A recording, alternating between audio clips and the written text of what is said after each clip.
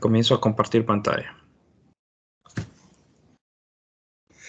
Entonces, este es el libro de texto. Ya estamos pues prácticamente por finalizar el contenido que concierne a nosotros. Nos faltaría pues después resolver unos cuantos ejercicios. Estaba revisando el libro de Wagner ahorita y veo que no está ordenado la copia, cómo lo escanearon. Vamos a ver, por aquí miré los ejercicios. Bueno, pero antes de eso me hace falta pues hablar sobre unas cuantas cosas más ahí. Desarrollamos un ejemplo de libro de texto, ¿verdad? Que está resuelto en el libro de texto, pero ahí el autor Wagner presenta más ejemplos. Esos otros ejemplos pues van a quedar para que ustedes los revisen. Vaya. Van a quedar para que ustedes los revisen. Vaya, no están los primeros ejercicios. Pues no importa. Solo déjenme ver. Aquí están. Bueno, entonces vamos a terminar de hablar sobre el contenido que nos habíamos quedado el día de ayer. Ayer nos quedamos hablando sobre... estuvimos hablando sobre los dieléctricos, ¿verdad? Y nos quedamos hablando sobre estos últimos. La simplificación, los dieléctricos, que además de ser isotrópicos, van a ser homogéneos y van a ser lineales, ¿sí? Isotrópico significa que nosotros podemos orientar el campo eléctrico, repito, como resumen, ¿verdad? En cualquier dirección y las propiedades del dieléctrico pues no van a cambiar independientemente de dónde orientemos el campo eléctrico. Eso como consecuencia es que el vector polarización y el campo eléctrico son paralelos. Homogéneo, que en cualquier punto donde nosotros nos ubiquemos, ¿verdad?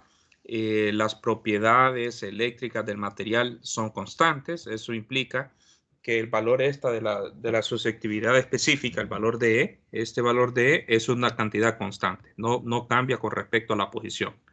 Eso es muy bueno porque al tener eso, ¿verdad? E como un valor constante, vemos una relación directa entre el vector de desplazamiento y el campo eléctrico y además la ecuación que tiene que ver, la ecuación diferencial que tiene que ver con la solución del potencial eléctrico, ¿verdad? Es una ecuación que se reduce, más sencilla de resolver.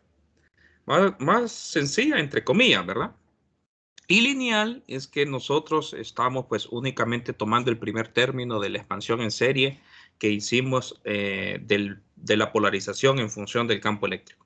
Entonces hemos simplificado enormemente las cosas, ¿verdad? Para estudiar los dieléctricos y nos vamos a quedar en estos últimos, estudiando estos últimos, teniendo en cuenta todas estas consideraciones. Entonces, el día de ayer, pues, les comentaba, nos hace falta, pues, mirar ciertos detalles. Eso, en resumen, eso es todo, ¿verdad? Ciertos detalles, como por ejemplo, ver sobre las condiciones de frontera, ¿verdad? Cuando nosotros tengamos dos dieléctricos y haya una frontera en común, entonces se aplican las condiciones que hemos estudiado anteriormente. Pues, aquellas condiciones ya sabemos que esas son válidas. Si las queremos aplicar directamente, lo que tenemos que saber es quiénes son las fuentes, las ecuaciones fuentes, ¿verdad? Las funciones fuentes, es decir, la divergencia y el rotor del vector del vector desplazamiento. Pero resulta ser que para este último caso, pues es bien sencillo visualizar, ¿verdad? Porque si tenemos que esta relación y es constante, pues podemos ver directamente que están relacionadas, ¿verdad? Las condiciones de frontera con D están relacionadas directamente con E.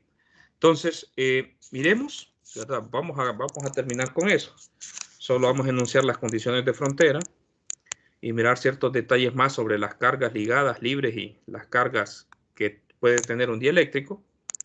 Las condiciones de frontera. Entonces, recordarán, nosotros para las condiciones de frontera necesitamos, pues, si lo queremos aplicar directamente con aquellas dos ecuaciones, las funciones fuentes, divergencia y rotor. Pero como tenemos una relación directa para estos materiales, ¿verdad? Donde el vector de desplazamiento no es más que epsilon, ¿sí? Epsilon por el campo eléctrico, la capacidad inductiva específica, absoluta, por el campo eléctrico, ¿verdad? Entonces, si yo quiero recordar las condiciones de frontera, en resumen tenemos dos. La componente normal y paralela a la frontera, ¿verdad? Tenemos la frontera, y ahorita lo que nosotros estamos estudiando es un dieléctrico 1, ¿sí? Y un dieléctrico 2.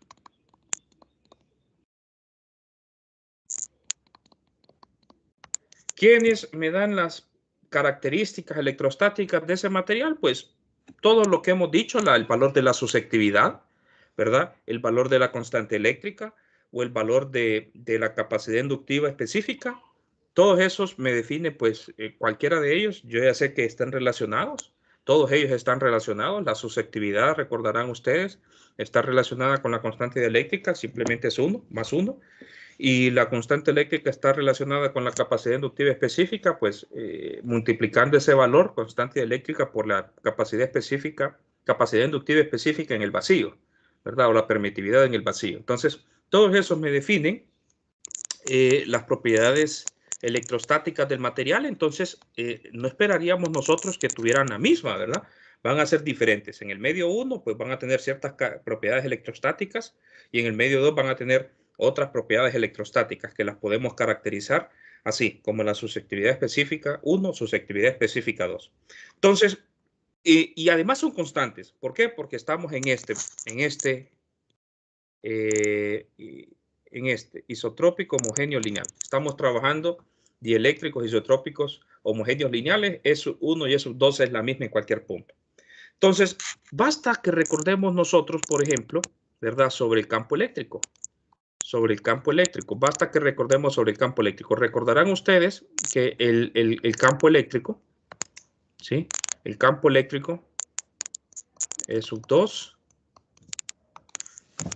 presentaba una discontinuidad en la componente normal, y esa discontinuidad estaba dada pues por la proyección, ¿verdad? La proyección del campo eléctrico por este vector. Bueno, en realidad es el vector perpendicular a la superficie 1 y el vector perpendicular a la superficie 2, ¿sí? Entonces, está determinado por eso. Entonces, lo que nos interesa a nosotros es ver las propiedades, las condiciones de continuidad para el vector desplazamiento, que al final, o para el vector polarización, que al final, pues, están relacionados uno con el otro. Entonces, ¿quién es n? Pues n simplemente va a ser, perdón, ¿quién es la condición que nosotros andamos buscando? Pues esa relación, ¿verdad? La resta de esas dos cantidades por el vector n, ¿sí? Y eso, pues, resulta que eso es equivalente a tener, pues, la resta de estas dos cantidades. Bueno, de hecho, recordemos que habíamos dicho anteriormente, ¿verdad? Que en general, habíamos encontrado anteriormente, en general, que la condición de frontera también, de hecho, solo voy a recordarles, lo habíamos hecho en general. En general, habíamos encontrado que este vector desplazamiento, ¿verdad? Estaba determinado si era continuo o no por la densidad de carga libre que había entre la superficie, en general, ¿verdad? Para estos dieléctricos, ¿sí? Sin importar si son homogéneos, isotrópicos y lineales. Sin importar, ya sabemos que eso va a ser continuo si existe carga libre en la superficie. Entonces, ¿qué significa eso? Detengo. Eso lo que significa entonces que pues vengo y tengo esta misma relación, pero podemos nosotros observar que existe ahora una relación entre el campo eléctrico, ¿verdad? En el medio 2, menos la permitividad, perdón, el valor de la capacidad inductiva por el campo eléctrico 1, ¿sí? Por el campo eléctrico 1. Entonces, si nosotros conocemos las propiedades eléctricas del material, ¿verdad? Y conocemos quién es la densidad de carga superficial libre, también podemos determinar si la componente normal del campo eléctrico es constante, ¿verdad? Entonces, es decir, solamente estamos de alguna forma relacionando a esto último que hemos llegado con el concepto en general que ya habíamos trabajado también para el vector desplazamiento. Tenemos ese resultado. Esa sería la condición de frontera para la componente normal, ¿verdad? Y recordarán ustedes que la componente tangencial, esa era paralela, ¿verdad? Era paralela. Eso significa que, implica entonces que para este tipo de, de, de dieléctrico, tenemos también la misma condición, ¿sí? Entonces, tenemos las dos condiciones de frontera. Puede ser que no sean de utilidad recordarlas en algún problema, ¿verdad? ¿Sí? Entonces, ¿qué más tendríamos nosotros en este caso? Lo último que podríamos hablar, por ejemplo, sería ver cómo están relacionadas las cargas, las densidades de carga, ¿sí? Entonces, nos va a interesar mirar eso en un dieléctrico isotrópico homogéneo lineal, ¿sí? Lineal. La densidad de cargas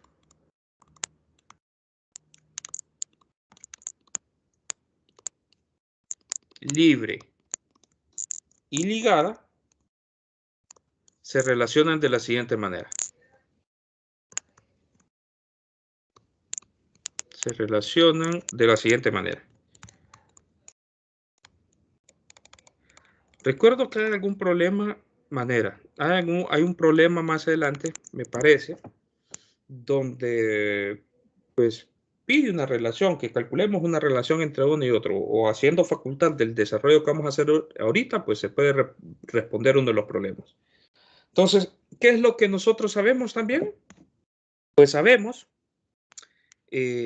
recordarán, vamos a ver, por aquí lo tengo, recordarán en los materiales lineales, tenemos esa expresión, en los materiales isotrópicos y lineales, tenemos esta expresión, que el vector polarización está relacionado por medio de la susceptividad eléctrica, la capacidad inductiva y el campo eléctrico, ¿verdad? Eso es para los isotrópicos y lineales. Entonces, recordarán esta expresión, eso que acabo de escribir ahorita, que eso al final, pues, de aquí vamos a partir para mirar ciertas relaciones. Y lo que acabamos de decir hace un momento es que D está relacionado por medio de la susceptividad específica absoluta y el campo eléctrico, o dicho de otra forma, ¿verdad? Recordarán que el valor de la susceptividad era esto, ¿verdad? Lo habíamos definido así, ¿sí? Como la constante eléctrica por la perdón, por epsilon, por la susceptividad específica en el vacío. ¿Qué con ello? Pues resulta que nosotros, no sé, podemos pues hacer algunas sustituciones, ¿verdad? Por ejemplo, podemos, en lugar de tener el campo eléctrico, podemos ver la relación que habría entre P y D, ¿verdad? Porque lo que tenemos ahorita explícitamente son estas dos. Entonces, me interesa ver cómo queda relacionado P y D. ¿Sí? ¿A qué me refiero con eso? Que, por ejemplo, el vector polarización lo podemos escribir como la susceptividad específica, el, eh, la capacidad inductiva, ¿sí? Entre la capacidad inductiva absoluta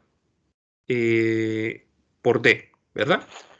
Lo único que hice fue pasar este término al otro lado y sustituir acá. Entonces, tengo una relación directa entre P y D. ¿Qué con ello? Pues recordarán, y aquí yo puedo ver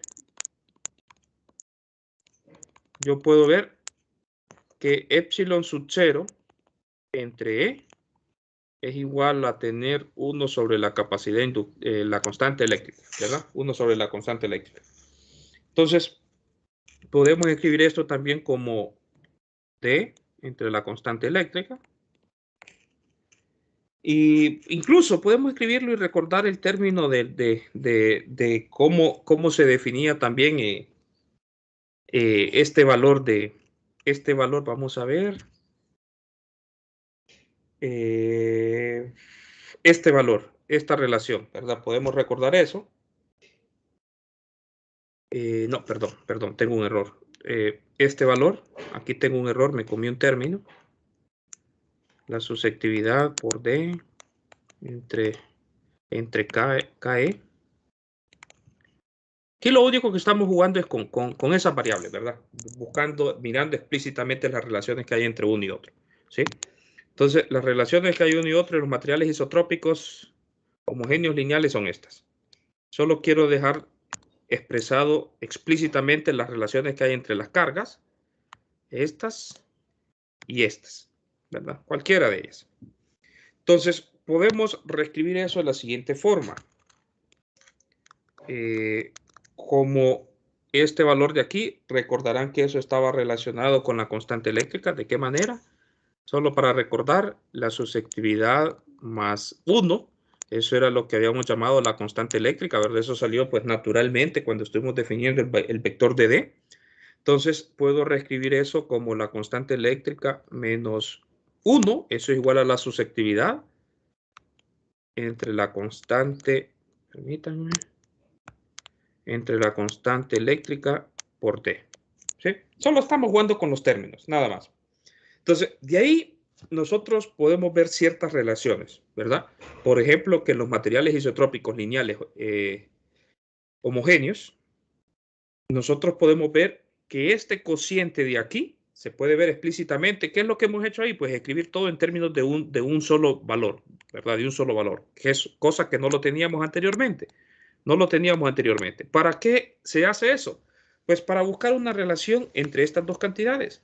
Podemos nosotros mirar la magnitud, por ejemplo, de eso, relacionar las magnitudes, ¿verdad? ¿De qué manera? Pues esto es una cantidad positiva, por cierto, ¿verdad? Es un valor positivo. Perdón, esto es una cantidad positiva.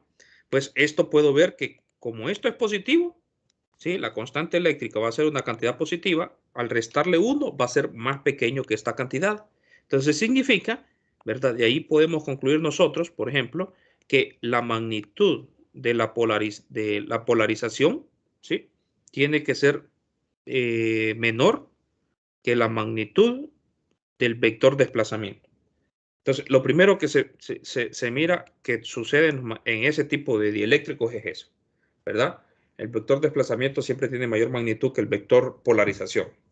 Entonces, ¿qué más podemos hacer? Pues podemos ver cómo se relacionan también las densidades de carga, ¿verdad? ¿De qué manera? Pues tomando la divergencia a ambos lados de esa igualdad. Tomando la divergencia en ambos lados. Tomando la divergencia en ambos lados.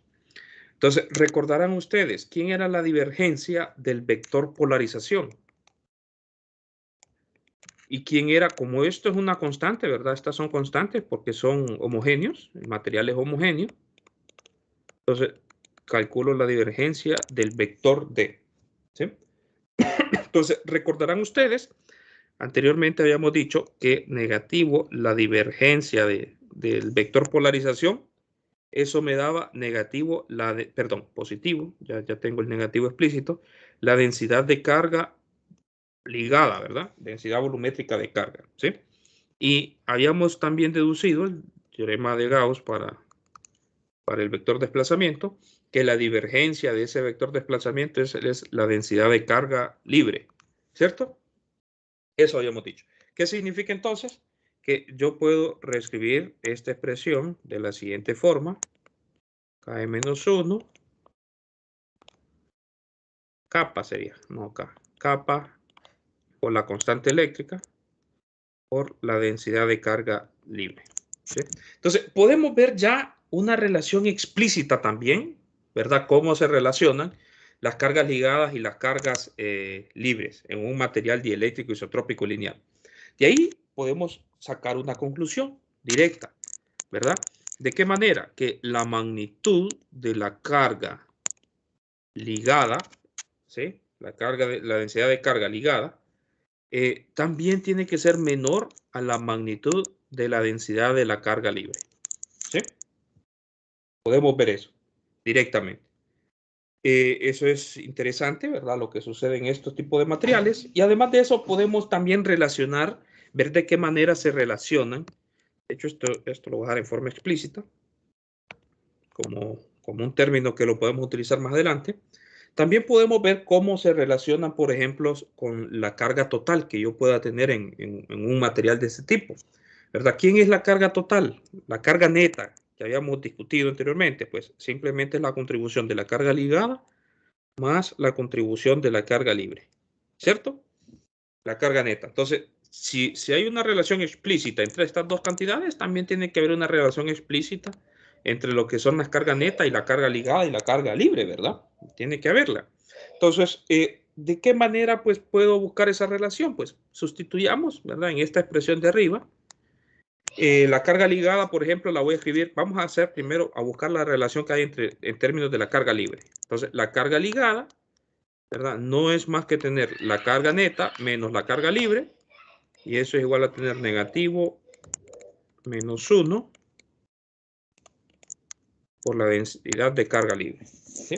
Entonces, ¿qué es lo único que hay que hacer ahí para ver la relación? Pues despejar la densidad de la carga total, ¿verdad? Paso ese término al otro lado, me quedaría 1 menos kappa menos 1, ¿verdad? La constante eléctrica por la densidad de carga libre. Saqué factor común.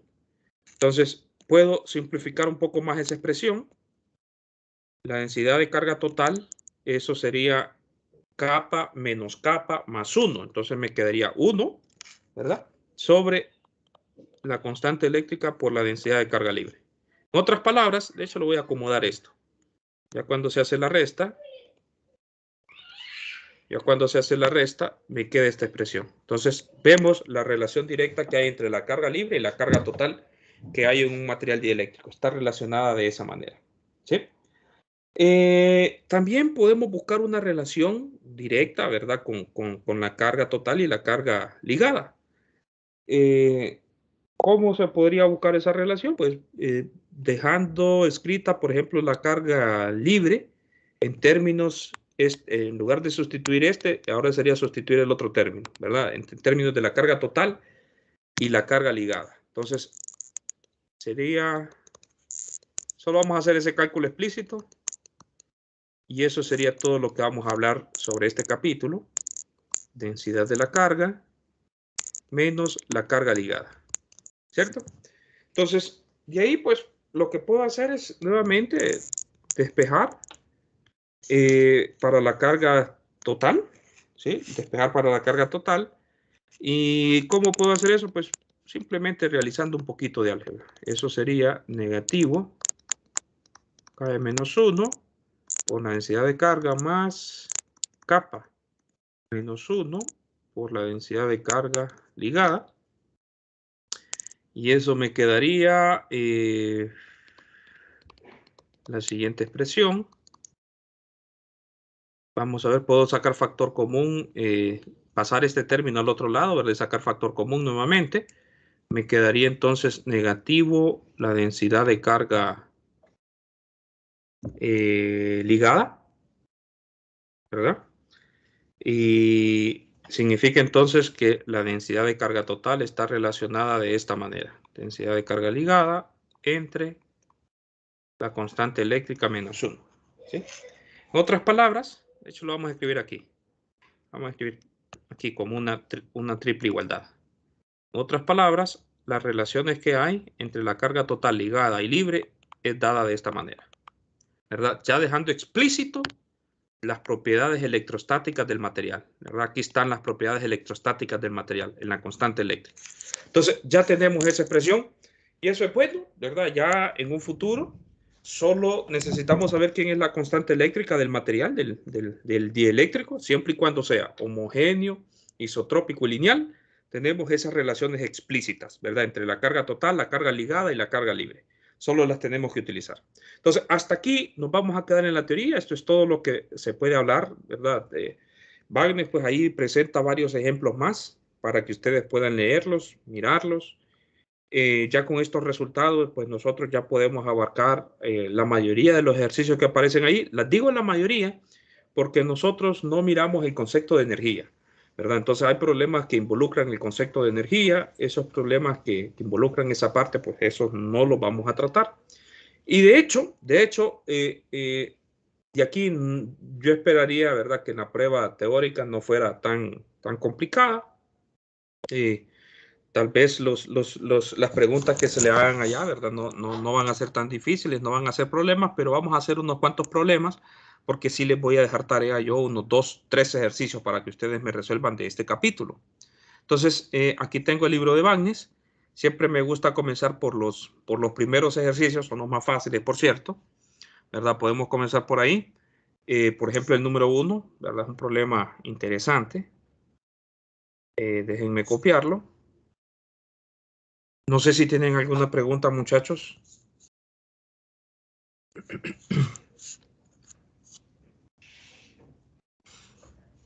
Entonces, leo el ejercicio. El momento dipolar permanente de la molécula de agua es aproximadamente este valor. ¿Sí? Ya me lo está dando, 6.2 por 10 a la negativo 30 coulomb por metro. ¿Cuál es la polarización máxima posible para el valor del agua a 100 grados Celsius y a presión atmosférica? ¿Cuál es la polarización máxima? Entonces, recuerden que habíamos discutido, ¿verdad?, sobre la polarización que tiene, bueno, el momento dipolar que tiene la molécula de agua. De hecho, no lo discutimos en forma cuantitativa, sino en forma solo cualitativa, ¿verdad? Sabemos de qué está constituida la molécula de agua, H2O. ¿Sí? Sabemos eso, ¿verdad? ¿Qué es eso? Pues voy a hacer más o menos una representación pictórica de cómo estaría, pues más o menos, cómo está más o menos la molécula representada, la molécula del agua. ¿Verdad? Recordarán ustedes, teníamos pues dos átomos de hidrógeno, ¿sí? Dos átomos de hidrógeno y teníamos un átomo de oxígeno, ¿sí? Un átomo de oxígeno y dos átomos de hidrógeno. Entonces, les habían dicho la vez pasada, ¿verdad?, que el momento dipolar de eso, sabemos, nosotros hemos visto que el momento dipolar va de la parte, el vector se representa la parte negativa a la parte positiva. Sabemos que aquí hay enlaces, ustedes ya llevaron química, ¿verdad? Hay enlaces ahí entre los electrones, hay electrones compartidos del átomo de oxígeno con el átomo de hidrógeno. Entonces, al final, lo que nosotros tenemos es una mayor distribución de carga negativa en el átomo de hidrógeno y una mayor distribución de carga positiva. Si dibujamos los momentos individuales, ¿verdad? Tratando los momentos individuales quedan así. Entonces, el momento total de mi sistema, el momento dipolar total de la molécula, queda de esta forma, ¿verdad? El momento dipolar de la molécula queda de esa forma. Entonces, ¿qué es lo que me está diciendo el problema? Lo que me está diciendo el problema es que yo tengo agua, ¿verdad? Y el agua significa que esa materia de agua corresponde a un volumen dado y lo que yo tengo es un montón de moléculas de agua, ¿verdad? Imagínense que yo tengo un montón ahí de moléculas de agua, ¿sí? Todas, un montón de moléculas, bueno, están en el orden del número de Avogadro. Y ustedes recordarán, el número de Avogadro es un número exageradamente grande. Entonces, solo voy a dibujar algunas de ellas. Entonces, las moléculas de agua, nosotros pues tenemos, cada una de ellas tiene un momento dipolar, S, ¿verdad? Tiene momentos dipolares y están en forma aleatorias todos, ¿verdad? No esperaríamos nosotros, ¿verdad?, que ese momento dipolar tuviera una polarización constante, ¿sí? Entonces, están en forma aleatoria, solo para hacer una representación. Están en forma aleatoria. Lo que esperaríamos nosotros es que el momento total dipolar promedio, el momento dipolar total, ¿verdad? El momento, permítanme, ¿cómo lo represento?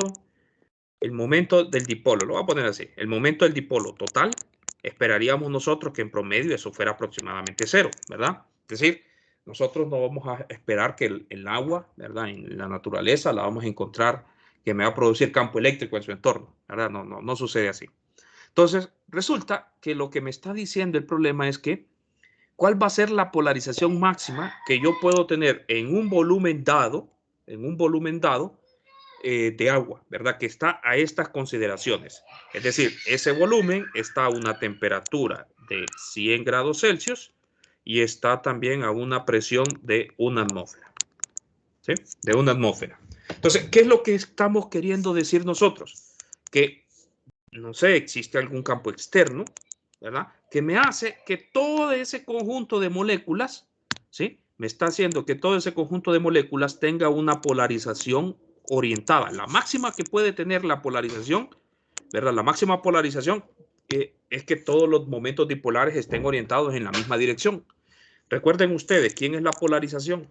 El vector polarización. Habíamos dicho que eso era la cantidad de dipolos que yo tenga en una región dada, ¿verdad? La cantidad de dipolos que yo tenga en una región dada. Entonces, para que esto sea máximo, significa entonces que este valor de aquí, en una región determinada, todos tienen que ir en la misma dirección. Eso es lo que me está diciendo, en otras palabras, el ejercicio, ¿verdad? Todos tienen que ir en la misma dirección, ¿sí? Yo esperaría que hemos orientado con un campo eléctrico, ¿verdad? Hemos orientado con un campo eléctrico el momento dipolar. ¿Me explico? Eso es lo que me está diciendo. Tengo el mismo volumen. Tengo el mismo volumen. Tengo el mismo volumen. Tengo las mismas condiciones. ¿Sí? Tengo las mismas condiciones. Lo único que orientamos. Permítanme. Ahí está. Úpale, ¿qué hice? Orientamos.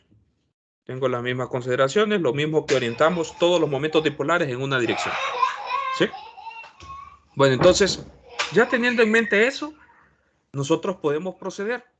Sabemos esto, ¿verdad? Sabemos eso. Entonces, ¿cuál es la máxima polarización? Entonces, cuando ocurra esta expresión. Pero resulta ser que ustedes, como ya llevaron un curso de termodinámica, ¿verdad? Ya saben la ecuación de estado, ¿sí? Ya saben que en los gases, en este caso, bueno, no es un gas. De hecho, estamos hablando de un líquido, ¿verdad? Aunque a una atmósfera y a 100 grados, perdón, a una atmósfera y a 100 grados, ese líquido se está comportando como un gas. Eso ya lo sabemos, ¿verdad? A esta temperatura, las moléculas del agua van a estar todas, pues, el líquido va a estar teniendo las propiedades del gas. Entonces significa que nosotros podemos recordar la ecuación de estado, ¿sí? La ecuación de estado para gases ideales. Permítanme, mi lápiz dejó de funcionar. No, fue que se cerró el one. Entonces, permítanme mientras abre esto. La ecuación de estado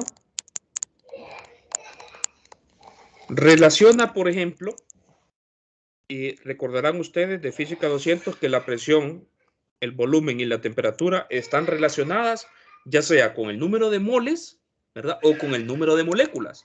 A mí me interesa ahorita no el número de moles, sino las moléculas, ¿verdad? Yo quiero saber cuántas moléculas van a tener un momento dipolar, perdón, un momento dipolar de esta manera, ¿sí? Todas en la misma dirección. Entonces, a mí me interesa recordar la ecuación de estado con el número de moléculas y esa ecuación de estado está relacionada de esta manera. El número de moléculas por la constante de Boltzmann, la constante de Boltzmann. ¿Sí? Entonces, de hecho, teniendo en mente eso, ¿verdad? Lo que queremos decir es que en un volumen dado, para que ocurra un máximo, entonces, voy a poner así, entonces, ya sé cómo van a estar relacionadas esas tres variables macroscópicas, pero para que ocurra un máximo, todas las moléculas van a tener el mismo momento dipolar, ¿sí? Todas las moléculas van a tener el mismo momento dipolar. ¿Y quién es ese momento dipolar? Este que tengo acá. ¿En qué? En un volumen dado, ¿sí? En un volumen dado que yo tenga n moléculas. ¿Estamos de acuerdo? En un volumen dado que yo tenga n moléculas, todas las moléculas van a tener el mismo momento dipolar. Entonces lo que andamos buscando nosotros es aplicar la ecuación de estado para ver cuándo ocurre esa expresión máxima de la polarización. Y eso es sencillo, ¿verdad? Porque podemos ver de la ecuación de estado que n entre el volumen, el número de moléculas entre volumen, eso está relacionada con la presión, la temperatura y la constante de Boltzmann. ¿Estamos de acuerdo? Entonces, la presión máxima, la polarización máxima, ¿sí? Va a ocurrir entonces cuando tengamos nosotros la presión. La palabra P es como de bastante uso aquí, miren. Entonces le voy a poner presión, ¿verdad? La presión, ¿sí? La presión por el momento dipolar de cada una de las moléculas entre la temperatura y la constante de Boltzmann, ¿sí? Entonces, recordarán ustedes que en esa ecuación de estado se utilizaban pues cantidades absolutas, ¿verdad? Entonces, y del sistema internacional, por cierto, ¿verdad? Entonces, la atmósfera, recordarán ustedes que eso era tener igual a 1. La estoy utilizando ahorita en física 100, 1.013. Déjenme recordar. Sí, ¿verdad? 1.013 la presión atmosférica. Permítanme. 1.013, para no equivocarme en el cálculo. Sí, 1.013 por 10 a la 5, ¿verdad? Recordarán ustedes que la presión atmosférica es 1.13 por 10 a la 5 pascales. El momento dipolar ya me lo está dando el ejercicio. Entonces, como es máximo, todos estos momentos dipolares van a estar orientados en esta misma dirección, ¿sí? En esta misma dirección. No es necesario darle el carácter vectorial. Lo que vamos a dar entonces va a ser la magnitud. Ya sabemos que van a tener la polarización, va a tener la misma dirección del momento dipolar. Entonces, ¿quién era el momento dipolar permanente de la molécula? 6.2 por 10 a la negativo 30. 6.2 por 10 a la negativo 30 coulomb por metro. Dividido entre la temperatura tiene que estar en Kelvin, ¿estamos de acuerdo? Y ustedes recordarán, había una relación entre temperatura Celsius y Kelvin, el cero absoluto es negativo 273.15, entonces sería 273.15 más 100 grados, ¿verdad? 373.15 grados Kelvin, eso es lo que equivale a 100 grados Celsius. Y ahora sí, la constante de Boltzmann, como no estoy dando física 200, no me acuerdo sinceramente. No sé si alguno de ustedes tiene buena memoria, ¿verdad? Memoria de esas fotográficas. Constante de Boltzmann, perdón. Constante de Boltzmann. 1.38. Sí, ¿verdad? Por 10 a la negativo 23 joules sobre Kelvin. 1.38 por 10 a la negativo 23 joules por Kelvin. ¿Sí? Entonces, denme en ese valor, ¿cuánto les da la polarización máxima?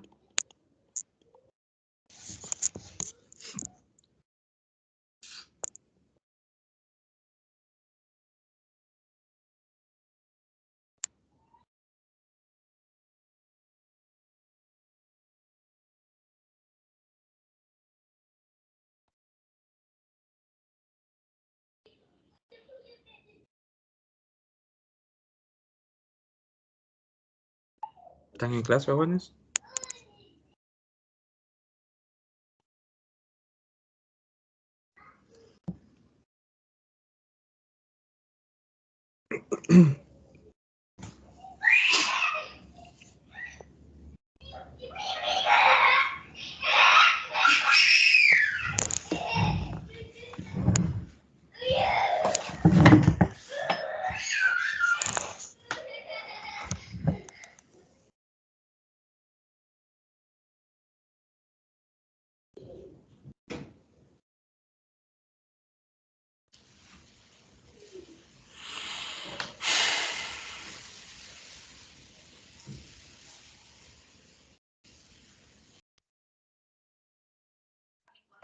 Ingeniero, ¿Escucho, sí?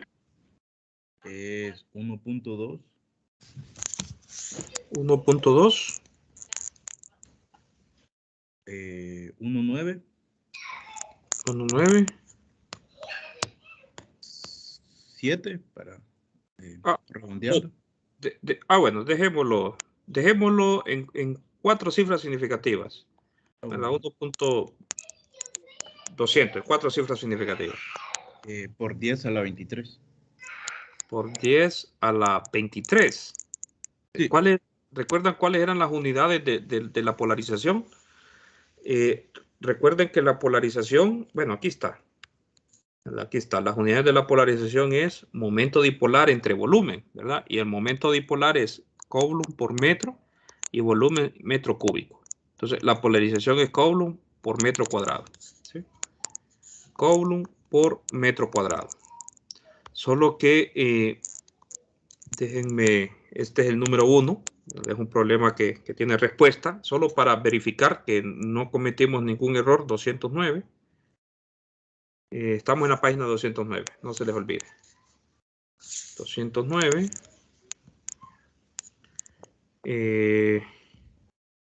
209, sí, 1.2 por 10 a la negativo 4, dice la respuesta. Entonces, si hay un error bastante significativo, ¿verdad? Entonces, tenemos un error ya sea en el resultado o en los valores de la constante de Boltzmann, que fue el que saqué de Wikipedia, creo. Entonces, a todos los demás les dio eso por 10 a la 23. Y a mí también me dio eso. Sí. Entonces, déjenme ver. Tengo un error entonces cuando copié los números y ya lo miré a dónde tengo el error. Es negativo 30. Negativo 30. Corrijan entonces, perdón, fue un error mío. La respuesta, según Bagnes, nos tiene que dar negativo 4.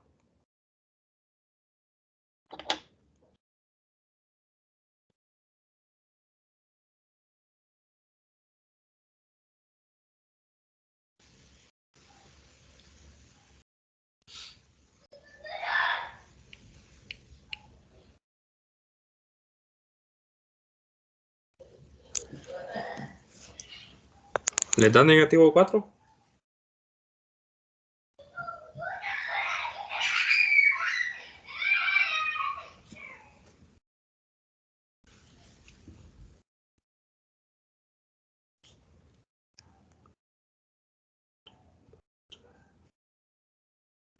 Sí, ingeniero.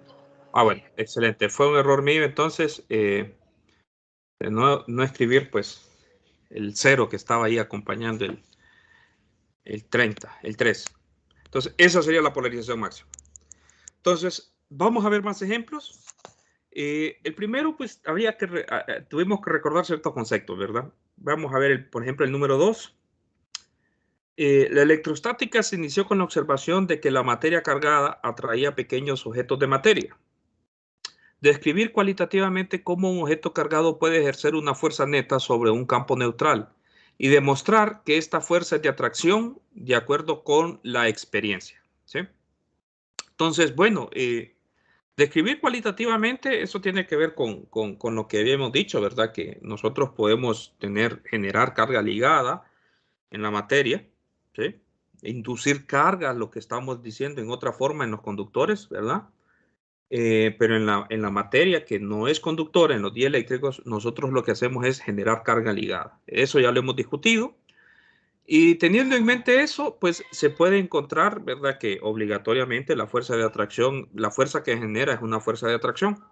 Entonces, eso lo dejo para que ustedes pues lo piensen, no es necesario que hagan cosas tan raras ahí, ¿verdad? Eso sale casi en forma inmediata repasando todo lo que hemos estado hablando anteriormente. El problema 3, un trozo de material tiene caras paralelas. Una de ellas coincide con el plano XY y la otra está dada por Z igual a T. El material posee polarización no uniforme, dada de esa forma. P igual a la polarización, que es un vector, igual a P1 más alfa Z, donde Z en dirección de la Z, donde P y alfa son constantes. Entonces, encontrar la densidad superficial y volumétrica de carga ligada. Encontrar la carga ligada total contenida en un cilindro de material de sección A. Entonces, y los lados paralelos al eje Z. Y así verificar directamente que 10.3 es válida en este caso. Entonces, resulta ser que en este problema yo miro algo muy Mira, hay algo que tener cuidado en esto, ¿verdad? Un trozo de material tiene caras paralelas. No me dice qué forma está hecho ese material inicialmente, ¿verdad? Puede ser, es decir, yo puedo pensar un trozo, déjenme copiar el ejercicio si quieren primero. Vamos a tener que verificar nuevamente que la respuesta nos coincida con lo que Baines plantea como respuesta. Les comentaba anteriormente que estos problemas a veces son traducidos, muchos de los problemas que están en inglés son traducidos del inglés al español y a veces en las traducciones se genera problema, ¿verdad? Porque la gente que los traduce no son físicos a veces, ¿verdad? Una coma, un punto o algo puede cambiar completamente el contexto del ejercicio. Entonces, uno lo que siempre tiene que tener en cuenta entonces es qué es lo que está pidiendo el ejercicio, leerlo bien y después pues llevarlo al contexto y aplicar todo lo que uno aprende. Entonces, un trozo de material tiene caras paralelas, es decir, nosotros podemos construir diferentes objetos que tengan caras paralelas. Por ejemplo, imagínense una pirámide circular truncada, ¿verdad?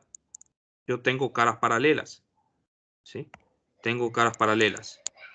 Entonces, tengo caras paralelas ahí. Imagínense una pirámide también truncada de área rectangular, ¿sí? También tiene caras paralelas, ¿cierto? Entonces, resulta ser que el problema no me está diciendo directamente quién es ese objeto. Eso es un problema, ¿sí? No me está diciendo directamente quién es ese objeto, ¿verdad? Porque yo tengo así, estos dos objetos, por ejemplo, tienen caras paralelas y son dos objetos diferentes, ¿verdad? Eso es lo que me dice la primera parte. El material posee polarización. De hecho, yo puedo orientar, ¿verdad? Esos objetos para que cumplan la condición que dice más abajo, ¿verdad? Donde los planos, vamos, el plano XY, una de ellas coincide con el plano XY, XY, Z, XY, Z. Una de ellas coincide con el plano XY y la otra coincide con el plano Z igual a T.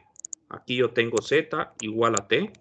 Aquí yo tengo Z igual a T. Solo para ponerles en contexto qué es lo que me está diciendo el problema, ¿verdad? Que está muy abierto, por lo menos la primera parte. La polarización de eso, me está diciendo el problema que la polarización de eso es un vector en todos los puntos donde va variando de acuerdo a la posición donde nosotros nos ubiquemos. De esta manera, ¿verdad?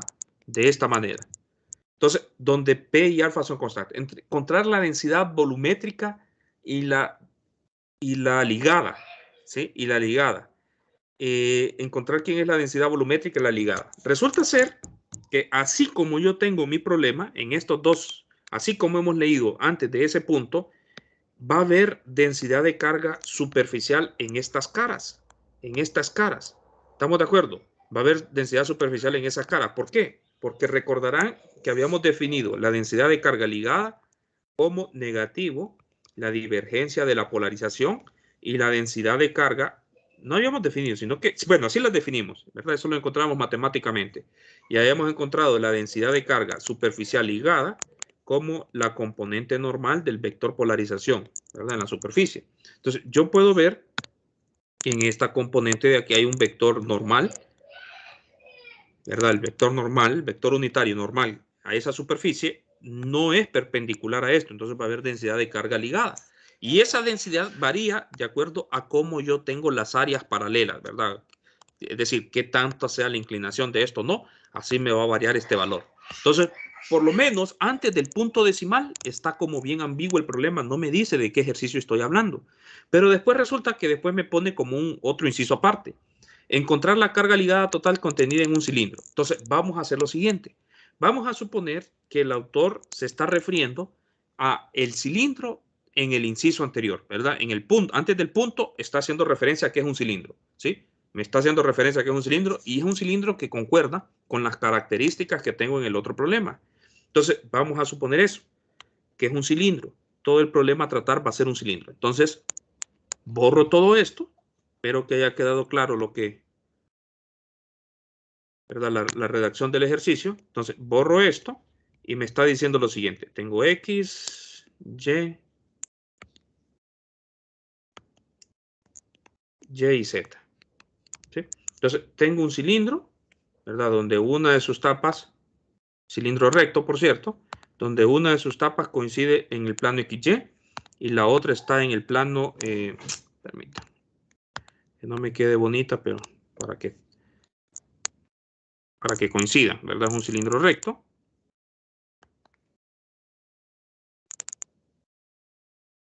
Donde una está en una de sus caras es paralela al plano XY.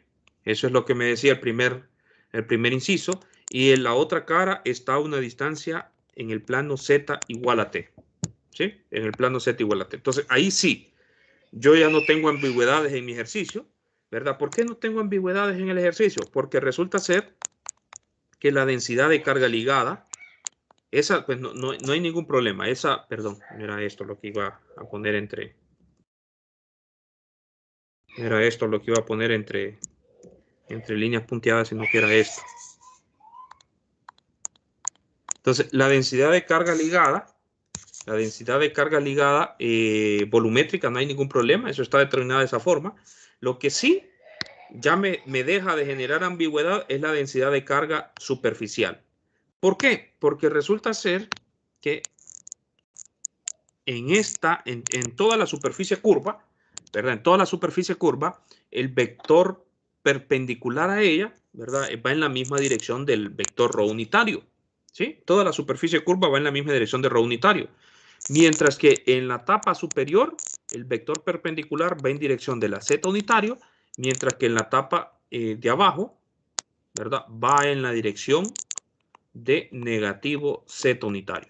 Entonces, ahora sí, ya no hay ambigüedad para encontrar este valor, ¿verdad? Entonces, ¿por qué? Porque el vector polarización es un vector que va en esta dirección, va en dirección de la z. Déjenme recordar. P 1 más alfa z en z unitario. ¿Qué significa? Que, por ejemplo, cuando yo encuentre la densidad de carga superficial en la parte curva, eso me va a quedar cero porque son perpendiculares, ¿cierto? Van a ser perpendiculares. Pero vamos a hacer eso. Entonces, observen que aunque yo esté hablando de un cilindro, yo tenga geometría, ¿verdad? Un objeto que tenga geometría cilíndrica, es decir, uno está tentado voy a utilizar las coordenadas cilíndricas para poder representar eso. Sí, de hecho sería lo más ideal, pero observen que en este caso la polarización solamente depende de la dirección en Z, ¿verdad? Y únicamente va en dirección Z. Entonces, significa que yo puedo, en lugar de ir y recordar cómo se mira la divergencia en coordenadas cilíndricas, ¿verdad? Yo puedo recordarla que es más fácil en coordenadas rectangulares y al final la respuesta es la misma independientemente en qué sistema de coordenadas esté, ¿verdad? Va a ser la misma. Lo único que cambia son las expresiones, ¿verdad? Por los vectores perdón, los valores, los términos de diferenciación, porque estamos en diferentes sistemas de coordenadas. Pero en este caso, repito, como solo tiene coordenadas en Z esto, ¿verdad? Estoy en Z y coordenadas en Z, la divergencia de eso es más fácil recordarla en coordenadas rectangulares. Pero si ustedes quieren utilizar coordenadas cilíndricas, también no hay ningún problema, ¿verdad? Al final el resultado va a ser el mismo. Es lo mismo, lo único que cambia pues es la representación, ¿verdad? Si hubieran otras dependencias de ρ o de φ, lo que cambiaría sería la representación porque estamos en otro sistema de coordenadas. Pero en este caso, como repito, ¿verdad? La z corresponde a una de las variables de coordenadas cilíndricas, no me va a generar ningún problema que yo haga la operación con un sistema de coordenadas rectangulares. Entonces, ¿qué con ello? Pues solamente me va a sobrevivir el producto punto de estos dos términos. Entonces, la densidad de carga ligada volumétrica sería negativo, ¿verdad? La derivada con respecto a z, todo lo demás es constante, exceptuando esto, ¿verdad? Ese es el único valor que no es constante ahí. Entonces, eso me quedaría P alfa, ¿verdad? Eso sería todo. ¿Sí? ¿Estamos bien, muchachos? ¿Alguna pregunta hasta el momento? ¿Se va entendiendo? Solo estamos recordando lo que estuvimos hablando cuando la semana anterior, ¿verdad? P alfa. Entonces, eso. Y lo otro es la densidad de carga superficial. La densidad de carga, ya se me está yendo la hora, en la tapa de arriba, lo voy a poner así, en la tapa de arriba, ligada, ¿verdad? La densidad de carga superficial ligada. Entonces, Eso es sencillo también. Solo tengo que realizar el producto punto de esto con Z, ¿cierto? Y el producto punto de eso con Z me va a quedar P 1 más alfa Z. La densidad de carga en la tapa de abajo, ligada, solo realizo el producto punto de esto con esto. Ya sé que es la componente normal y eso me va a quedar P 1 más alfa Z, pero con signo negativo. Y la densidad de carga en la superficie curva, ¿verdad? La ligada, eso es 0, porque al realizar el producto punto de esto con esto, me queda 0, ¿verdad? Entonces, es 0. Solo tengo densidad de carga ligada arriba, abajo y adentro del cilindro, ¿sí?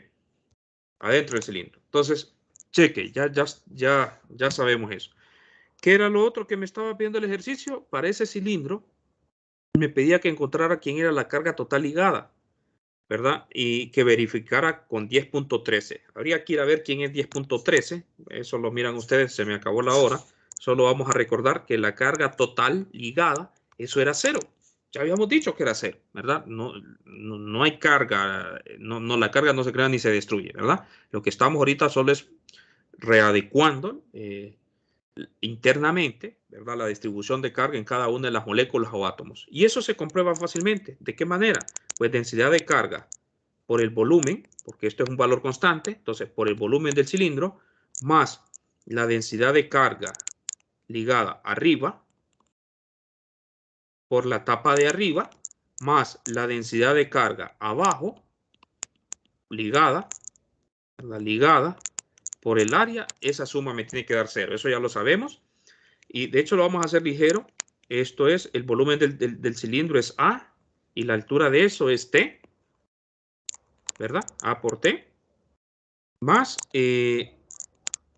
1 más alfa A, pero Z, ¿verdad? Aquí tengo que corregir eso, Z es igual a T porque estoy en la cara de arriba, ¿verdad? Y aquí Z es igual a 0 porque estoy en la cara de abajo. ¿Sí? Z es igual a 0 porque estoy en la cara de abajo. En otras palabras, este último resultado es negativo P, ¿verdad? Porque Z en la cara de abajo, Z es igual a 0 y Z en la cara de arriba es T. Entonces, aquí me va a quedar T y me queda negativo. Aquí me queda por A, no he multiplicado por A, ¿sí? Por A. Y aquí me queda negativo P por A, ¿cierto? Aquí me faltó algo, ¿verdad? No había colocado el alfa. Negativo P por alfa. Entonces, de ahí se puede desprender fácilmente, ¿verdad? Que esta con esta cantidad, cuando lo multiplique con A me va a dar 0, y este con este otro término, cuando haga la multiplicación me da 0. ¿Sí? ¿Qué cosa que repito, que ya sabemos? La carga total ligada, ¿verdad? Tiene que ser igual a 0. Entonces, se me fue la hora, solo estábamos demostrando eso, y eso es todo lo que pide el ejercicio, ¿verdad? Eso es todo lo que pide el ejercicio. No sé si tienen alguna pregunta, muchachos, muchachas, con lo que hemos estado hablando. Entonces, perdón. A veces toco la pantalla con la palma de la mano y se me va.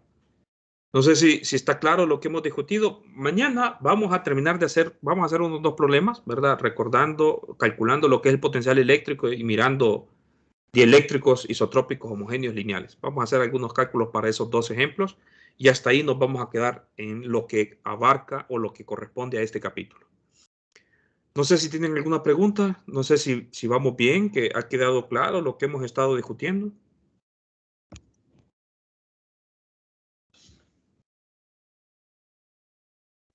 Todo claro. Bueno, muy bien. Entonces, muchas gracias. Pasen feliz día. Nos vemos entonces el día de mañana. Saludos, muchachos, muchachas. Cheque, buen día. Igualmente, muchas gracias.